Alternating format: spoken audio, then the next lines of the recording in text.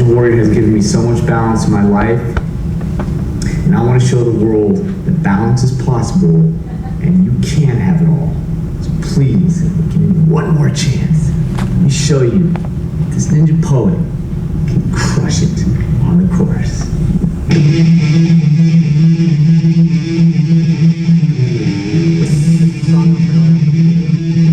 No, what's up to Mitch? Tell him what to. Right when the video song kicks on, right? Do you say, ladies and gentlemen, welcome? Just wait for my one to go up. 5 minutes strong for 7 before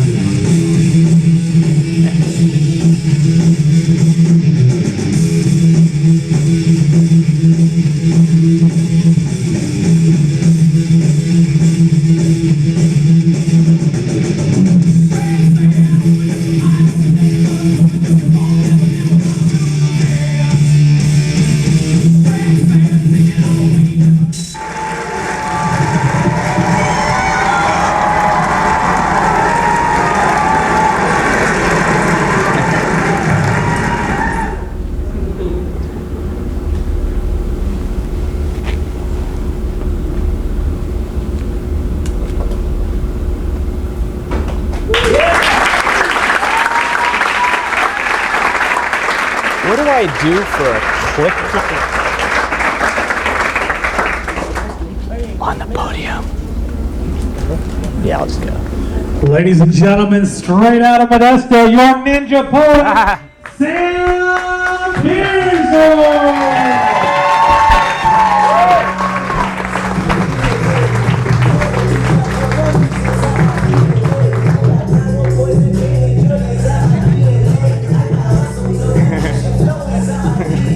You know, I knew this was going to be a problem. I hate podiums. They just don't make them the right size. So I asked for a lapel mic, so I'm going to scoot a little to my right. Is that okay? Now I feel like I'm Adam in the garden and this is protecting me. So, does that work? Yeah. Okay? Okay. Can you hear me? Is this? I know Mitch will be adjusting over there. Can you hear me back there? You good? Okay, cool. Right on, right on. And then this clicker, does this work? Let me check. It's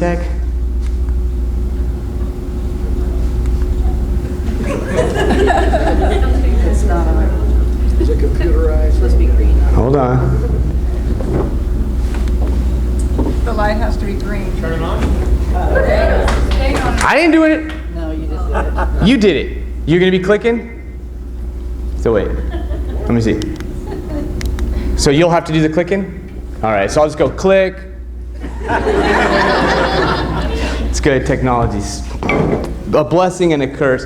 Well, good evening. My name's Sam Pierstorff. I'm really excited to be here. It's so great to see students, both past and present, and some, I love especially the old, well, you're not old, but Connie, the nurse now, is the best. I mean, what you guys don't understand, and I promise I have a speech kind of prepared, but just since I have this moment at the beginning, those of you who are here at MJC, how many of you are students here at MJC? Like still students at MJC? Okay, good. This place works.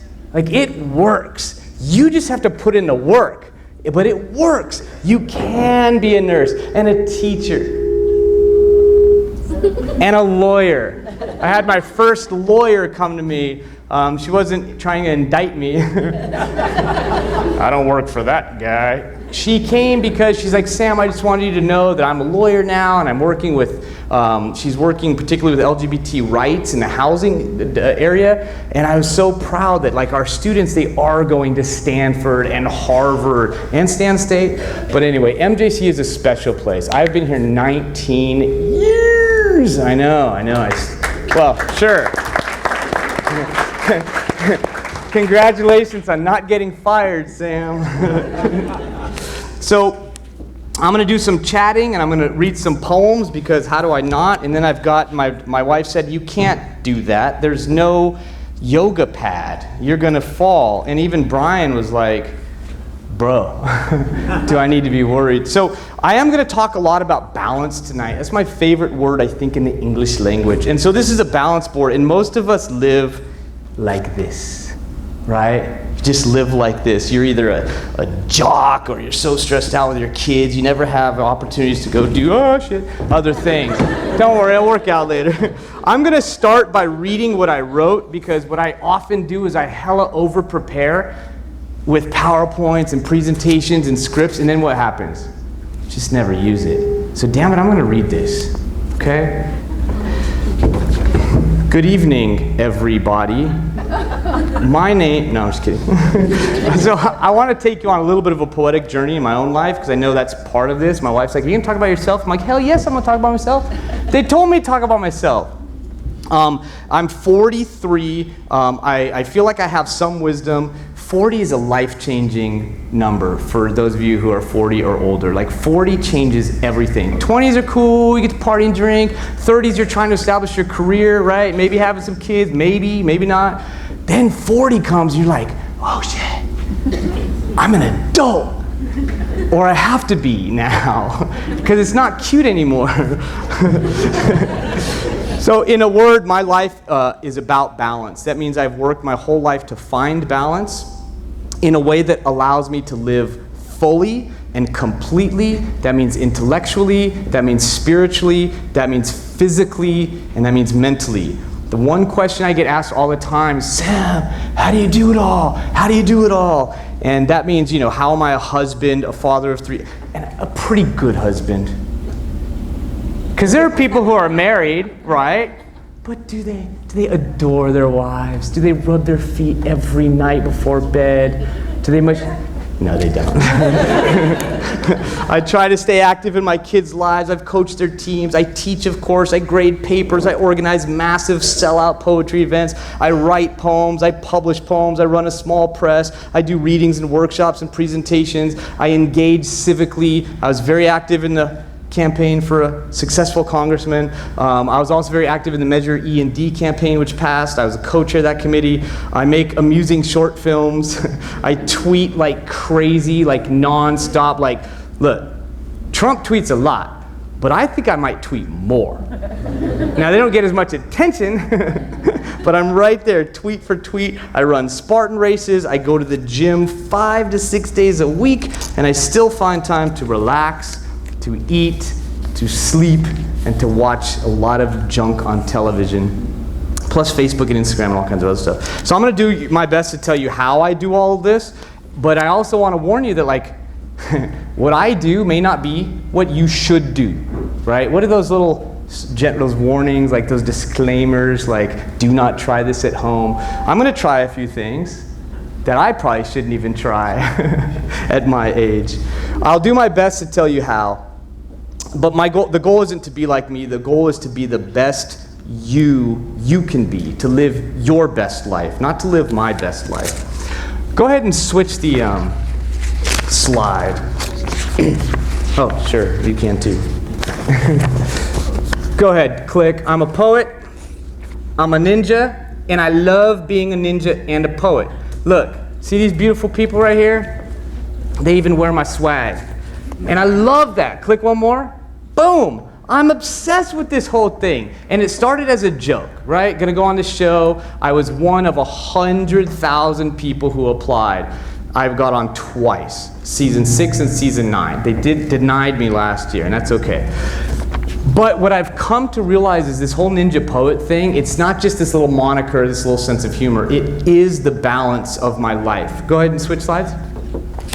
So I want to talk about this symbol. It used to be really popular in the 80s and 90s, right? It used to be on the backs of so many young women, right? Just right there above the, right? That was it, man, the yin yang. Don't forget, don't sleep on the yin yang. So think for a moment about life. Yin yang is the concept of duality forming a whole. In other words, two things that are separate come together to form a whole. But the two things remain separate and different. They never lose their independence from one another, but they can be combined to create a whole. I think the best marriages are like that, right?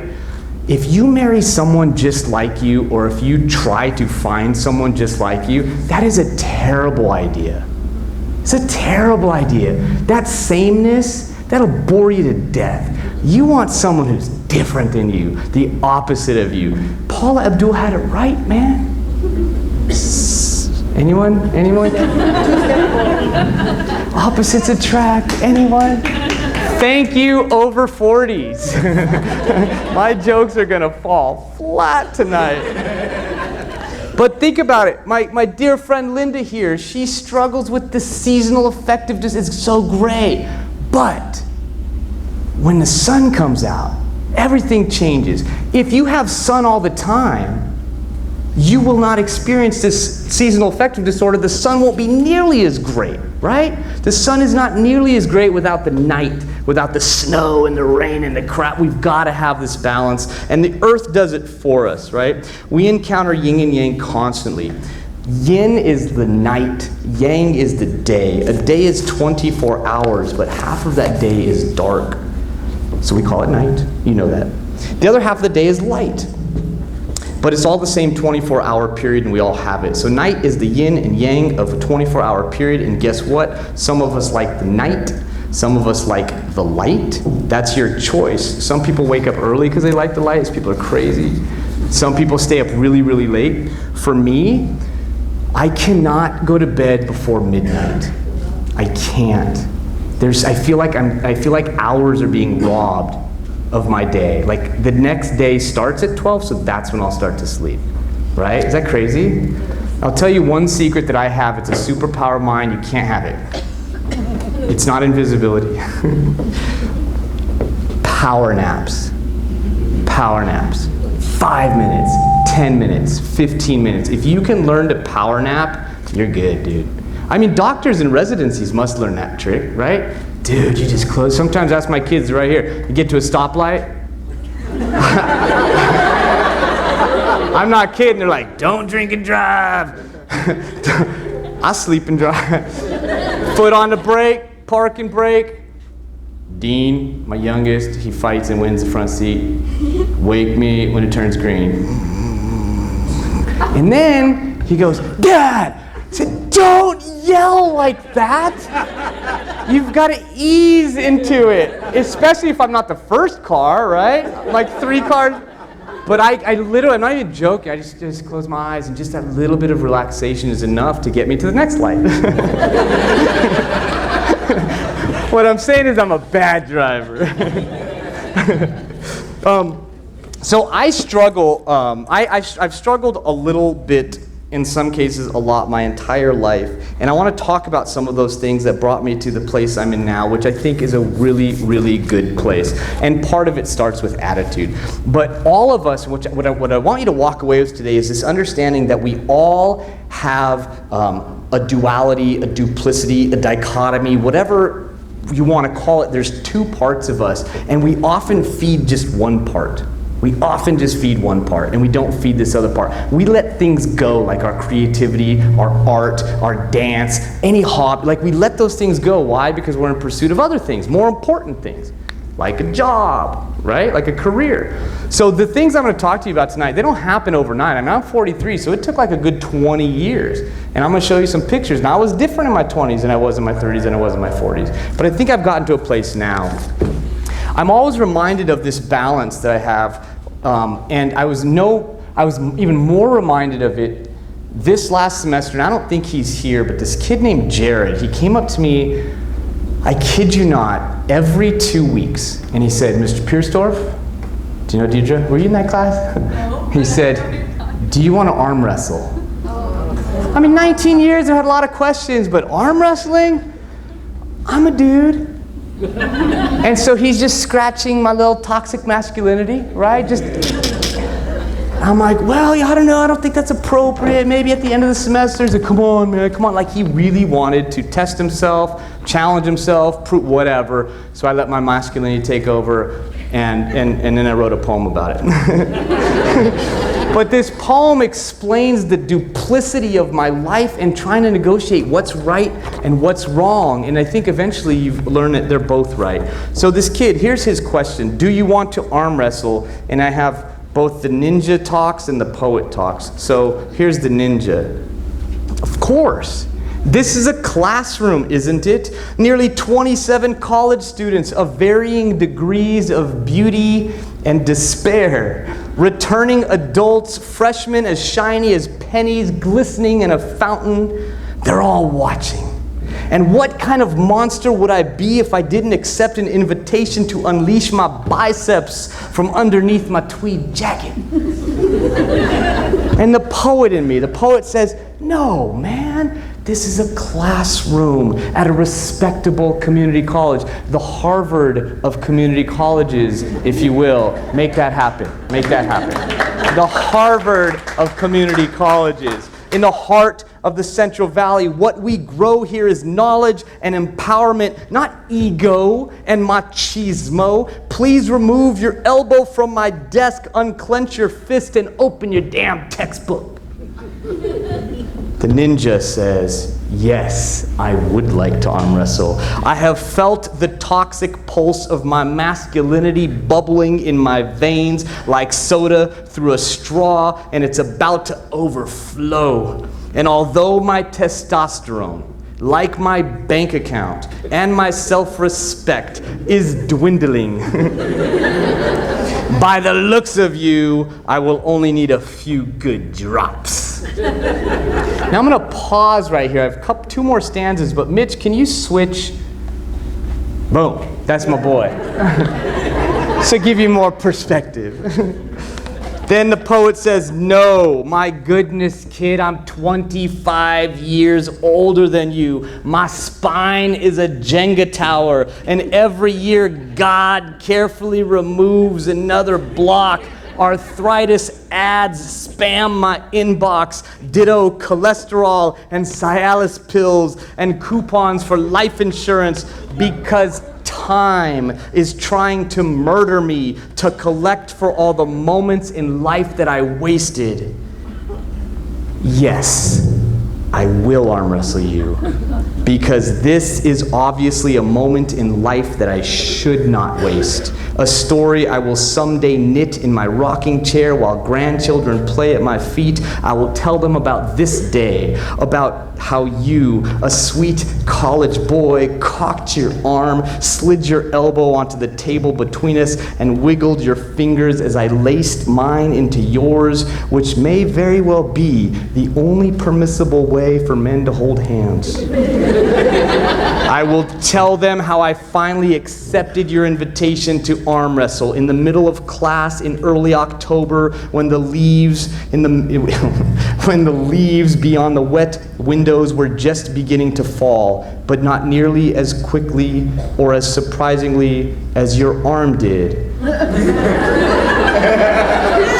Against the desk, as I smiled and watched the old rusty leaves of winter continue to dance in the wind outside.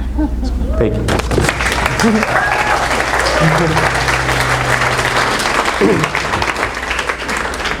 So that poem for me was like this duplicity I fight with in my own life. Am I a professor? Gotta be formal, gotta be proper, gotta be smart. Am I this workout goofball jock? Yeah. And it's okay to be both, right? It's okay to be both. Now, I have an advantage. I like to say that I was born with balance. But what I'm here to tell you is two things. Two main things. To fully embrace your full human potential, there is a mental and physical balance that is needed for two major reasons. Number one, you will lead a fuller life of greater joy and positivity. Your relationships and energy will improve if you find this balance. And secondly, if you find that balance, you will be well equipped to see imbalances in the world around you, and you will want to fix them. Does that make sense? If you find your balance, you will be able to see the imbalances in the world, and I'll get to that in the second half of my little lecture/speech. Now, change the slide. I was born with balance, I like to say. One more. Okay, so this is my family. It's a long story, but this is what I've decided is my family. That guy with the funny glasses is my dad, and he had 7 kids. He looks like a decent dude there, and he had his moments, but he also had 5 women and 7 kids and an alcohol problem and other stuff.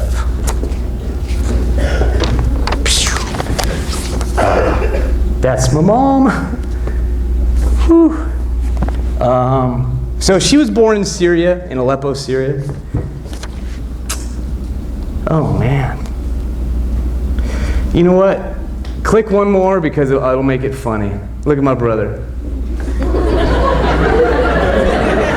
Thank you. That'll kill the little cry bug there. So this is me on the left. That's my brother on the right, and he embodies for me the duplicitous nature of our life. My mom is Muslim. She's born in Syria. She raised us Muslim. We were at like a Muslim conference, and there's my brother. Like behind the scenes, there's always a certain level of darkness and sadness in so many families. So I want to share a poem about growing up with my mother.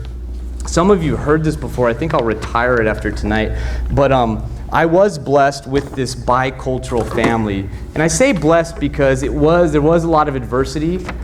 But I actually worry, this is a crazy thought for parents, I worry that my kids don't have enough adversity. Like what, you know what I mean? Adversity, the crap that you've been through, divorce, deaths, disease, all poverty, like all of those crappy things that you have pushed through and continue to move forward in spite of those obstacles, that makes you strong, very strong. My beloved kids who I adore more than anything else in the world, they have 2 parents who love each other. Damn it. They have a home and they each have their own bedroom.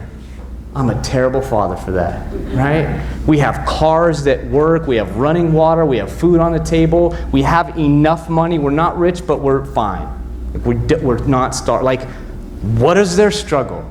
Now they have small struggles, but they don't have the big ones, man.